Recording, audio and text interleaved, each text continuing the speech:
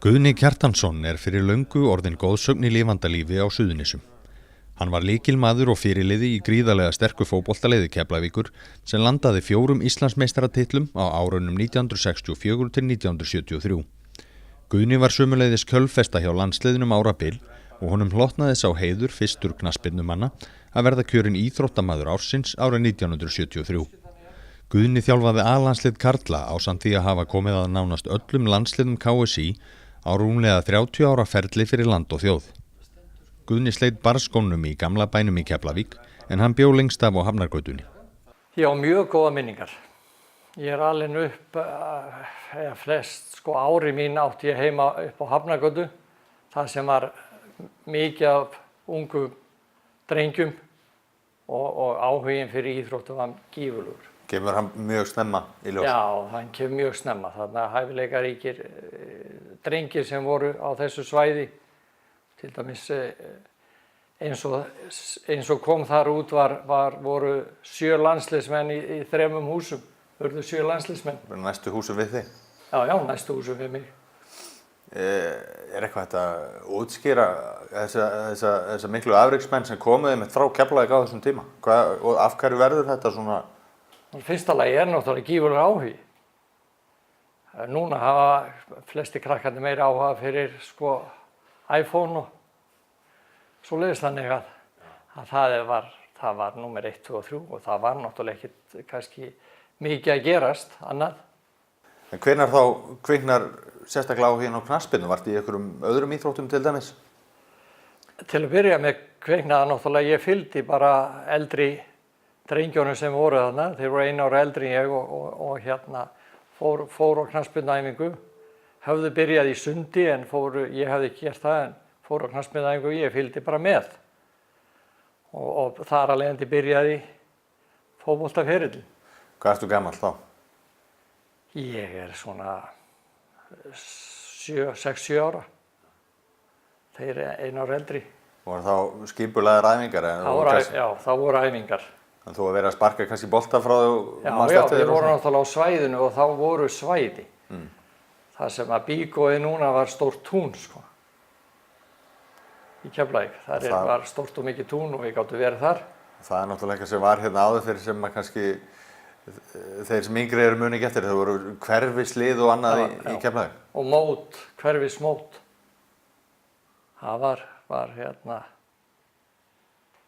það var oft rígur þar á milli. Hvenær finnur þú að þetta eigi vel við þig og þú viljir svona leggja eitthvað metnað í knattspyrnuna? Já, það náttúrulega, við verðum Íslandsmeistarar, við erum reyndar má segja það, við verðum Íslandsmeistarar í 4. flokk. Og þá orðið gífurlegur metnaður í nokkrum okkar og síðan, og þá erum við með, 3. flokk í úrslitum í Íslandsmótinu og 5. flokk í úrslitum í Íslandsmótinu. Þannig að það stór hópur sem kemur þaðan upp. Síðan verðum við Íslandsmeistarar 64 og þá náttúrulega ekkert aftur snúið. Og þá ertu 17 ára gamall eða eitthvað á þeim tíma? Hvernig voru aðstæður á þessum tíma? Nú náttúrulega gjörbreytt það sem við þekkjum í dag, allar hallir og auka æfingar og allt þetta. Hvernig? Það var bara mölin. Já. Það var ekkert vandamála annað en það að maður skrapaði sig svolítið. Það var svolítið blóðugur eftir kannski æfingu eða leik. Hvernig gerður eitthvað sérstaklega, þú veist, eins og núna alltaf talað um að auka æfingin, skili mönnum í eitthvað ákveðið. Voruð þið bara að spila og einhverjar skipulagðar æfingar eða var hægt að gera eitthvað meira til þess að verða góður í fótbolta? Já, en við vorum náttúrulega bara alltaf í fótbolta þegar það var eitthvað tími. Þannig að það var raunverulega þær æfingar sem við þarna upp á Hafnargötu gerðum þó eitt, það það að við löbbum inn í Njarðvík og við vorum það skynsamir að við töluðum við yfirmanninn sem var Óli í krossinum eða sem var með stapan og það, hreppstjóri og spurðum leyfi.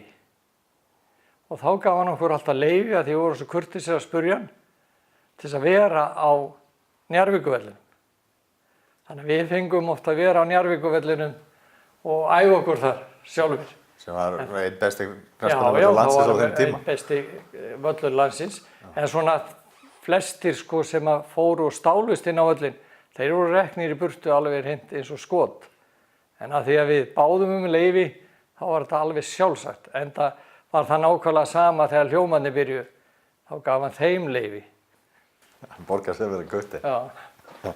En hvernig endaru í vörninni? Ég reyndar byrjaði ekkert í vörninni, ég byrjaði á miðjunni og spilaði það fyrst með Keflavík á miðjunni og síðan spilaði ég fyrsta landsleiki minn á miðjunni. Þannig að síðan spilaði ég 23 ára landslið og þar spilaði ég í vörn. Og eftir það var ég færður í bakvörð, spilaði í frægasta leik Íslands sem bakvörður. Endaði 14-2. Og eftir það var ég, en síðan færði Hólbert bjó til svolítið að ég fór í hafsendsstöðu og Einar Gunnars kom með mér. Einhvers staðar hef ég heyrt því fleygt fram að þú hefði jafnvel átt að spila framar á vellinum og þú byrjar á miðjunni og ég hef lesið það. Þú þóttir teknískur og annað og hefðirðu viljað pröfa það jafnvel? Að vera eitthvað framar en miðjunni? Ég veit ekki, vill ekki flestir vera sendirar og skora mörk. En það þarf víst að vera á fleiri stöðum, þannig að bara hlutverk var þetta og mitt hlutverk var að koma í veg fyrir að andstæðingarnir skoruðu og mér líka það bara ágætti það. Hvernig leikmaður varstu? Ég var að mínum mati svona samviskusamur leikmaður og svona sérstaklega seinna ári var ég farin að spila svona eins og mér finnst vanta að spila með höfðinu svolítið mikið. Verið ekki að hlaupa út um allt. Heldur gera sér grein fyrir hvar mörk eru skoruð og hvar þarf að verjast og hvernig. Það er oft talað það að staða miðvarðarins sé ansi flókin og þar þurfa að vera klókir leikmenn. Já, það er náttúrulega eins og sagt þú sparka með fótunum en spila með hausnum. Og kannski var það orðið svona í seinni árin að maður farin aðeins að hugsa meira heldur en bara að djöflast.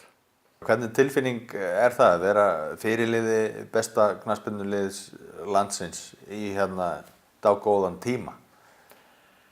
Það er bara mjög ánægjulegt og það sem ég er kannski ánægðastu með er það hvað þetta var gífurlega sterkur hópur. Það mannskap sem að ætlaði sér árangri. Það lá við að þeir hefðu hent, ekkert ég, heldur þeir, leikmennir sem voru með mér, hefðu hent út manni sem var eitthvað vesinn á.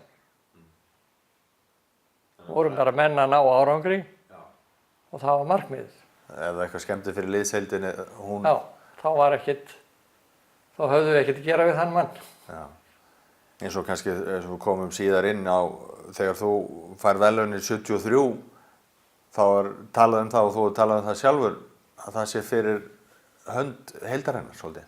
Já, enda er erfitt að taka einn út úr og afhenda honum verðlaun en það því miður þá var ekki hægt að verðlauna allt liðið en allavega mínum að þið hefði allt liðið átt að fá það. Öllum þessum titlum á gullöldinni, finnst þér eitthvað sem að stendur upp úr? Eitthvað atvik eða eitthvað svona heildstætt? Þú nefnir náttúrulega þessi mikla liðsheild, en er eitthvað svona sem þið finnst standa upp úr frá þessum tíma?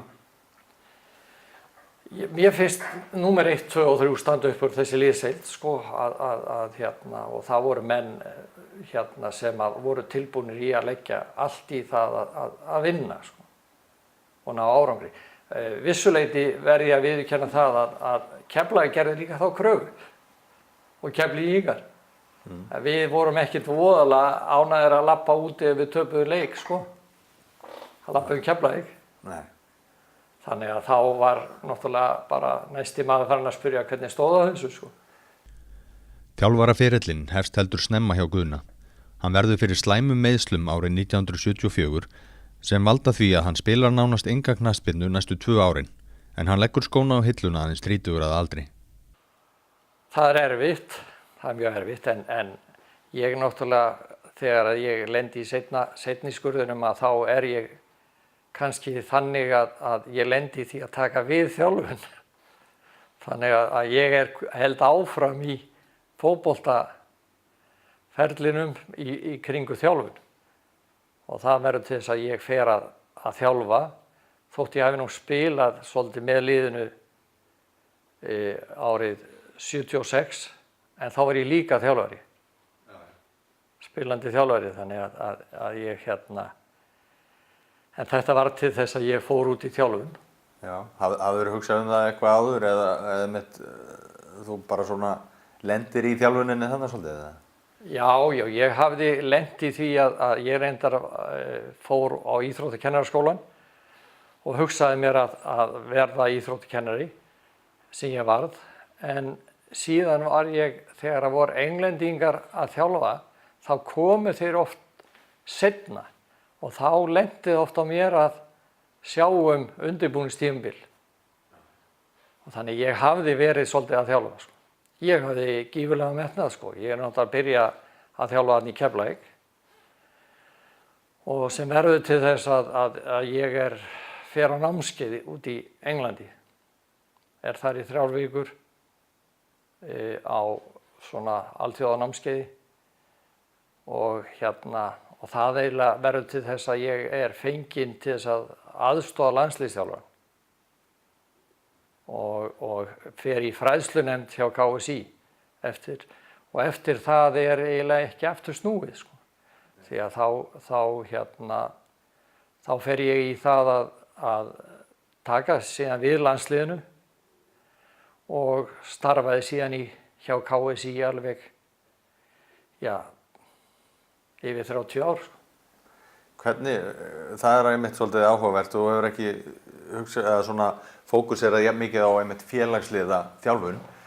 Hvernig svona hefur, af hverju á þetta kannski svona vel við þig að vera í KSÍ allan þennan tíma?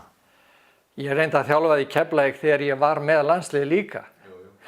En það sem var aðalega, mér fannst ef ég væri í þjálfun hjá félagi, þá þyrfti ég að vinna þetta vel og þá yrði ég að starfa sko helst allan daginn, vera með þetta sem starf númer 1. Ég var alltaf kennari og ég vildi ekki sleppa því starfi.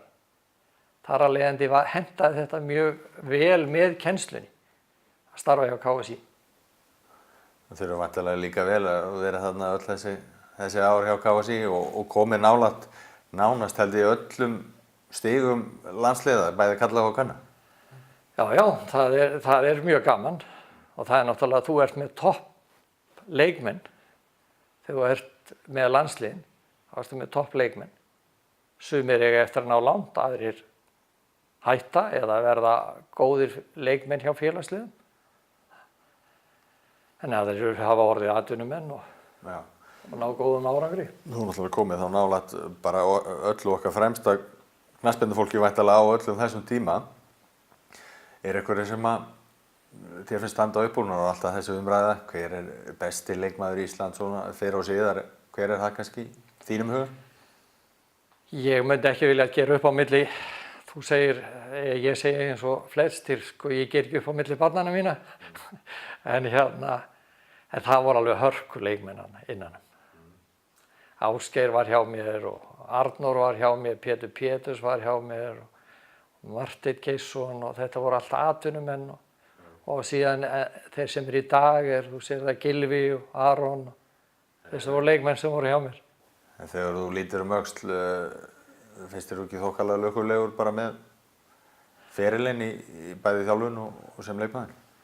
Jú, ég reyndar hefði viljað vinna með KR. Já. Því að þeir voru búin að bíða svolítinn tíma en það gekk ekki upp en það gerði síðan. Og nú er ég fluttur í Vesturbæinn en ég er búin að segja KR-ingum að það sé ekki leið félagsskipti. Nei. Þannig ég sé ennþá í Keflavík.